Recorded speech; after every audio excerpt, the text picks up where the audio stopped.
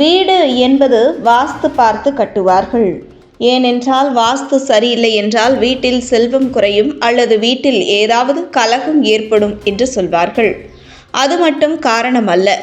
வீட்டில் அடிக்கடி சண்டை சச்சரவு வந்தாலும் செல்வம் குறைந்து கொண்டே இருந்தாலும் உங்கள் வீட்டில் இது எல்லாம் நடக்குது, அதை உடனே சரி செஞ்சிருங்க. தண்ணீர் அல்லது உணவு வீணாக்கம். வீட்டு செல்வத்தை காக்க தண்ணீர் மற்றும் உணவை நிர்வகிக்க தேவையான கவனம் அவசியம். வீண் போகாமல் பார்த்து கொள்ள வேண்டும். உள்நீர் மற்றும் கிழிந்த பொருட்கள் சேர்க்கப்படுவது. கிழிந்த உடைகள், பழைய பொருட்கள் போன்றவை தங்கி இருக்கக்கூடாது. இது நன்மைகளை குறைக்கும் என கூறப்படுகிறது. தண்ணீரை தொடர்ந்து செல்வது.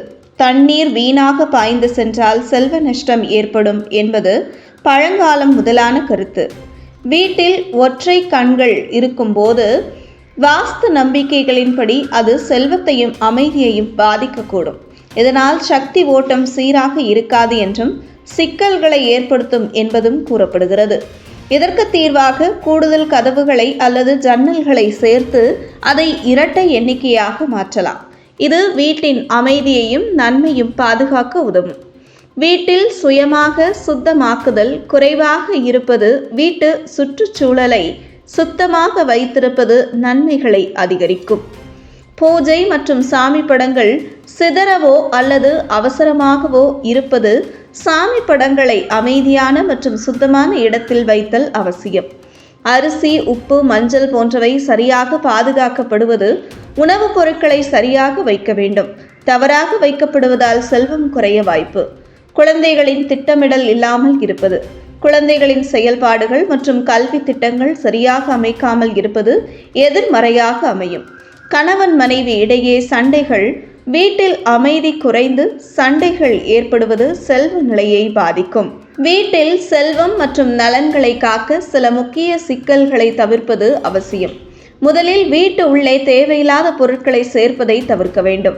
ஏனெனில் அது நெகட்டிவ் சக்திகளை உருவாக்கி செல்வத்தை குறைக்கும் வாய்ப்பை ஏற்படுத்தலாம்.